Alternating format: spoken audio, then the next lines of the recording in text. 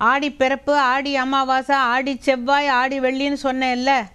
ஆடி செவ்வாய் என்ன விசேஷம்னாக்கா, அன்னைக்கு பிள்ளையார் நோன்புன்னு ஒன்று கொண்டாடுவாங்க. அதில் ஆண்களுக்கு இடமே கிடையாது. சின்ன குழந்தையாக இருந்தால் கூட ஆம்பளை பிள்ளை அங்கே கொண்டு வரவே கூடாது. பெண்கள் மட்டும் சேர்ந்து செய்யக்கூடிய ஒரு ரகசியமான நோன்பு. ரகசியத்தை நீங்கள் இங்கே சொல்லலாமான்னு நான் சொல்லாட்டி பல பேருக்கு தெரியாதே. நம்ம தமிழகத்தில் பெண்கள் கொண்டாடுற ஒரு சிறப்பான விரதம் இந்த பிள்ளையார் விரதம், ஔவையார் விரதம்னு சொல்லுவாங்க. ஏன் இதுக்கு பேர் ஔவையார் விரதம்னாக்கா அதுக்கு ஒரு காரணம் இருக்குது. இது என்ன செய்வாங்கன்னா, திருமணமான பெண்கள், திருமணம் ஆகாத சின்ன பெண்கள், இந்த மூத்த சுமங்கலிகள் எல்லாருமா சேர்ந்துக்கிட்டு கொண்டாடுற ஒரு ரகசியமான நோன்பு. அது என்ன செய்வாங்கன்னா, இருக்கிறதுக்குள்ள வயசானவங்க வீட்டில் எல்லா பெண்களும் கூடுவாங்க. எப்போ? ராத்திரி 10 மணிக்கு மேலே. ஆண்களுக்கு மூச்சு தெரியக்கூடாது. சத்தம் போடாமல் அவங்கவங்க வீட்டிலேருந்து தேங்காய், மஞ்சள், குங்குமம், விளக்கு எல்லாம் எடுத்துகிட்டு வருவாங்க. வெத்தலைப்பாக்கு எல்லாம் எடுத்துகிட்டு வருவாங்க. அந்த மூத்த பெண்மணிகள் வீட்டில் இவங்க எல்லாருமா சேர்ந்து கொழுக்கட்டை செய்யணும்ல, அதுக்கு தேங்காயும் பச்சரிசி மாவும் கொண்டுருவாங்க. முந்தியெல்லாம் பச்சரிசியை அங்கேயே இடிப்பாங்க. அந்த உரல் சத்தம், உலக்க சத்தம் கூட கேட்கக்கூடாதான்.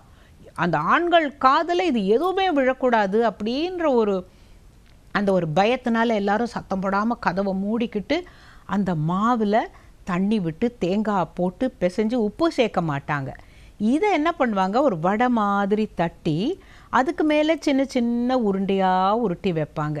சில பேர் வீட்டு வழக்கம் என்னன்னு கேட்டால், அவங்க விளக்கேற்றி வைக்கிறாங்கல்ல, பிள்ளையார் ஒரு வெத்தலையில் மஞ்சள் வச்சு பிள்ளையாரை கும்பிட்டுட்டு இந்த விளக்கேற்றி வைக்கும்போது இந்த விளக்கு சுடர் இப்படி இப்படி ஆடுது இல்லை, அது எந்த பக்கம் ஆடுதோ அதை போல் எடுத்து சுடர் போல் செய்கிற வழக்கமும் உண்டாம். பொதுவாக என்ன செய்வாங்க, சின்ன சின்னதாக உருட்டி அந்த பெரிய வடை தட்டி வைக்கோலை போட்டு அந்த வைக்கோல் மேலே இதை வச்சு வேக வச்சு கொழக்கட்டை அவிச்சு அதை நைவேத்தியம் பண்ணுவாங்க. அப்புறம் அதை அங்கே இருக்கிற பெண்களே சாப்பிட்றணும்.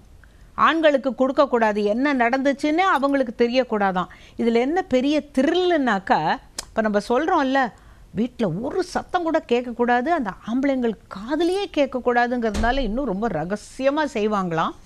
இந்த வைக்கோலை போட்டு வைக்கிறதோடு இல்லாமல் அந்த கொழக்கட்டையெல்லாம் எடுத்து புங்க இலை, புளிய இலை மேலே வைப்பாங்க.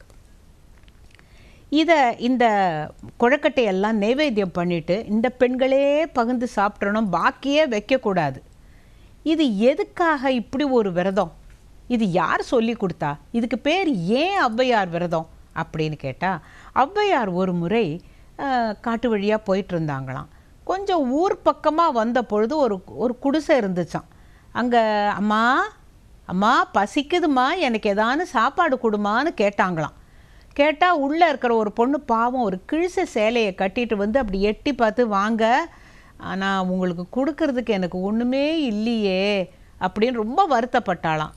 கவலைப்படாத, நான் வரும்போது எனக்கு கொஞ்சம் அரிசி கொடுத்தாங்க, ஒரு தேங்காய் கொடுத்தாங்க, இது ரெண்டையும் நீ வச்சுக்க, உனக்கு ஒரு விரதம் சொல்லித்தரேன், நீ அது செஞ்சேன்னாக்க உனக்கு செல்வம் கொழிச்சிடுமம்மா அப்படின்னு சொன்ன உடனேவே அவள் அந்த அரிசியை போட்டு அவங்களுக்கு ஒரு கொஞ்சம் கஞ்சி காய்ச்சி அவங்களுக்கு கொடுத்து பசியாறின பிறகு ஔவையார் சொல்லி தந்தாங்களாம். நீ என்ன செய்யணும், ஆண்களுக்கு தெரியாத ஒரு விரதம் செய்யணும். இதுக்கு பிள்ளையார் நோன்புன்னு பேர்.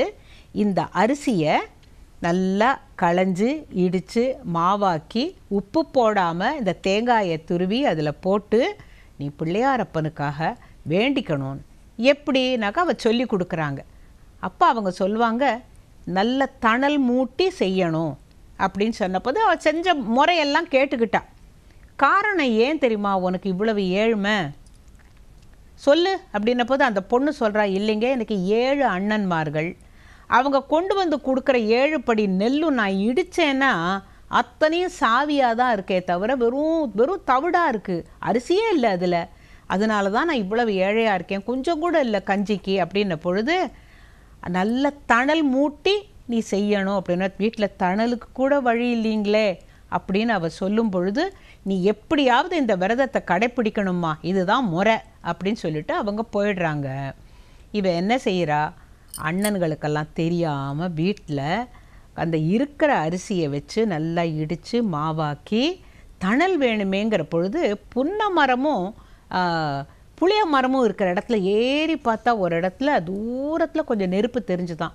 இவ அங்கே போய் வாங்கலான்னு பார்த்தாக்கா அது ஒரு வெட்டியான், ஸ்மசானமாக அது. அவன் வெட்டியான் சொல்கிறான், எதுக்கு அப்படின்னு. இல்லை சாமி, எனக்கு இப்போ நான் சாமி கும்பிட போகிறேன்னு போகுது, அவ்வளோதானே, உனக்கு நான் தணல் தரேன், கொஞ்சம் நான் அரிசி தரேன், தேங்காயும் தரேன், எனக்கும் சேர்த்து கும்பிடுன்னு சொல்லி அனுப்பிச்சிட்டானான். ஆக அங்கேயே பாருங்கள், அவளுக்கு சுபமான ஒரு விஷயம் நடந்துச்சு. வெட்டியானா இருந்தான்னு அவன் தொழிலை அவன் செய்கிறான், நெருப்பு கொடுக்குறான்ல, அதை கங்கெல்லாம் ஒரு தட்டில் போட்டு அவள் எடுத்துகிட்டு வந்து இந்த குழக்கட்டையை அவிச்சு இந்த புங்க இலையிலையும் புளிய இலையில, புங்கன்னு உடனே ஞாபகம் வருது, இந்த புங்க மரத்து காய் பார்த்திங்கன்னா இந்த கண்ணை போலையே இருக்கும், நம்ம கண்ணை போல் இருக்கும். பிள்ளைங்களை கண்ணு போல் காக்குமா, கக்குவான் இருமல் வராதான், திருஷ்டி படாதான்னுட்டு அந்த புங்கங்காயில் லேசாக ஒரு ஓட்டையை போட்டு அருணாக்கயிறில் கட்டி விட்டுருப்பாங்க. நீங்கள் பார்த்தீங்கன்னா, அதாவது நம்ம பல விஷயங்களை மறந்துட்டோம்ல, அதில் இதுவும் ஒரு விஷயங்க. அந்த புங்கங்காய் எப்படி இப்படி கண்ணை போலவே இருக்கும். எப்பான்னு கிடைச்சா பாருங்கள், பிள்ளைங்களுக்கு இடுப்பில் கட்டினா தப்பு இல்லை.